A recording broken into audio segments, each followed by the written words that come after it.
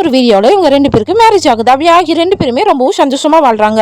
அவங்களுக்கு கொஞ்ச நாள் கழிச்சு ஒரு குழந்தை பிறக்குது. அப்படி குழந்தை பிறந்ததும் அவளும் அவங்க வீட்டுக்காரர்கிட்ட பேசுறது கம்மி பண்றான். அவனுக்கு இது பிடிக்காமையே போகுது. அவனும் மறாவது நாள் பூக்கடையில இருந்து ஃபோன் பண்றான். உனக்கு என்ன பூ வேணும் அப்படின்னு கேட்டுட்டு அதுக்கு அவளும் இங்க எனக்கு அதெல்லாம் வேணாம், பாப்பாக்கு பேம்பஸ் கால் அடிச்சு அது வாங்கிட்டு வாங்க அப்படின்னு சொல்றான். அவனும் கோவத்தோட சரி நான் வாங்கிட்டு வரேன் அப்படின்னு சொல்லிட்டு வீட்டுக்கு போயிடறான். போனதும் குழந்தைய தூக்கலான்னு போகும்போது நீங்களே வெளியே போயிட்டு வந்திருக்கீங்க, குழந்தையெல்லாம் இப்போதைக்கு தூக்காதீங்க அப்படின்னு சொல்லிட்டு அவளும் சொல்றான். அவனும் கஷ்டமாயிட்டு போயிடுறான். மறுநாளும் அந்த பொண்ணோட மாமியார் வீட்டுக்கு வராங்க. வந்ததும் அந்த பொண்ணு பால் புட்டி தரதை பார்த்துட்டு நீ என்ன அதுக்குள்ளேயே பால் புட்டி தர, ஏன் அளவு குறைஞ்சிடுன்னு கொடுக்குறியா, நானும் என் பையனுக்கு 3 வயசு வரைக்கும் கொடுத்தேன், ஒழுங்கா அவன் பால் கொடுக்குற வழியே பாரு அப்படின்னு சொல்லிட்டு அவளையும் திட்டுறாங்க. அவளும் சரிங்க அத்தா அப்படின்னு சொல்லிட்டு போயிடுறான். அப்புறம் அவளும் நின்று மிச்சர் சாப்பிட்டுட்டு இருந்தா கிச்சன்ல. அதுக்கு அவங்க மாமியார் வந்து நீ என்ன குழந்தைக்கு பால் தர இதெல்லாம் சாப்பிட்டு இருக்கா, ஒழுங்கா வச்சுட்டு போயிரு அப்படின்னு சொல்லவும் அவளும் அழுதுகிட்டே வச்சுட்டு போயிடறான். மறுநாள் அவளும் சாப்பிட்டு இருக்கும்போது அவங்க குழந்தை பாத்ரூம் போயிடுது. அவளும் எழுந்து போய் ஏன்டா சாப்பிடும்போது தான் நீ பாத்ரூம் போவியா அப்படின்னு சொல்லிட்டு கிளீன் பண்ணிட்டு வந்துடுறா. அதுக்கு அவங்க அத்தையும் நீ மூத்தாருடைய பையன் பாத்ரூம் போனதுக்கு கழுவ மாட்டேன்னு சொன்னேன், இப்போ பார்த்து அவங்க குழந்தைக்கு எப்படி ஏந்து போய் கழுவிட்டு வர அப்படின்ட்டு அவங்க அத்தையும் சொல்றாங்க.